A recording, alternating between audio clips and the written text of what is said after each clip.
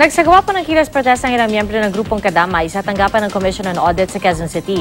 Yan po ay para kundinahin ang umunoy paggamit ng Administrasyong Aquino sa Informal Settler Fund sa pamamagitan ng Disbursement Allocation Program. May ulat on the spot si Sherian Torres. Chef? Yes, Pia. Mula sa ilalim ng footbridge sa Sandigan Bayan, nagmarcha papuntang Commission on Audit ang mahigit 20 miyembro ng kalipunan ng Damayang Mahihirap o Kadamay. Sa tarangkahan ng COA, kinundina ng mga relihista ang paggamit daw na Aquino Administration sa Informal Settler Fund sa pamamagitan ng Disbursement Allocation Program o Acceleration Program. Sa statement na Kadamay, nag-release raw ng 10 billion pesos ang pamahalaan para sa Informal Settler Fund. Pero reklamo ng Kadamay, mayorya sa 8 housing project na Aquino Administration, puro off-city o nasa labas ng syudad na relocation sites. Hihit ng Kadamay, ipakita sa kanila ng COA ang audit report nito mula 2011 hanggang dun sa sasakop daw sa 2013. Ang ilang relihista kita ang panggigigil sa issue na pati mga pulis na nagbarikada sa gate ng COA nakatikim din ng paninigaw.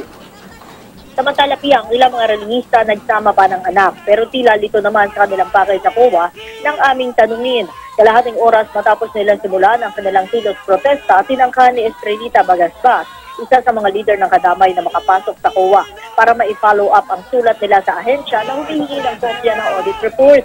Pero bigo sila makapasok sa loob. Maya-maya pa, buling kumilos ang mga relihista, niyanig ang gate ng COA kung saan nasa kabilang padig naman ang mga pulis. Narito ang ating mga naging panayam.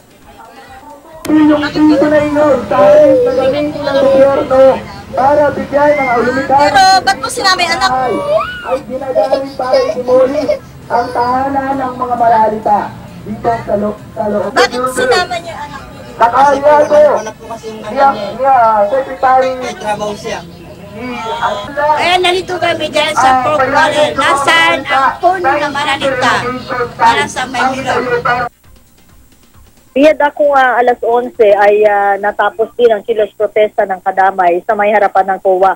Hindi nga sila nakapasok pero maya-maya pa nung malaman nila na talagang hindi na nila kakayanin makapasok, isa-isa na rin sila nag-alisan at tahimik na nilisan ang COA. Yan muna ang latest mula dito sa Quezon City. Balik sa iyo, Pia. Maraming salamat, Sherian Torres.